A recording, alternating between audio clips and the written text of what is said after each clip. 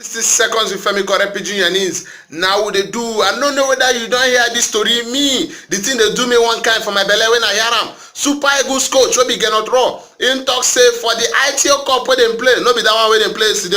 Aiteo Cup, Enugu Rangers and Canopilla, so they play for Saba. Say as much and when people they jump up and down they holler. Now some person chook hand inside pocket collect phone. They fapping phone for inside Saba there. So who they talk say this one no make sense. I beg if now you collect the phone, carry the phone, go give them back. It no make sense. Say person go they drive for our country, who go they thief in phone.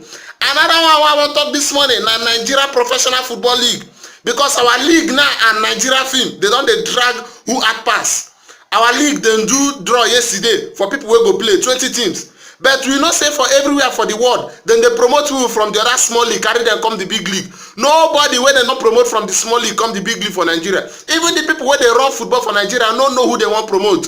I beg NFF, LMCO, anyone where you be, make una try organize Nigeria league because people will go put money for Nigeria league. Then they look una, then they look everything where they happen, and it no make sense. And the way they go, they no go put money for our league. So make una organize our league well.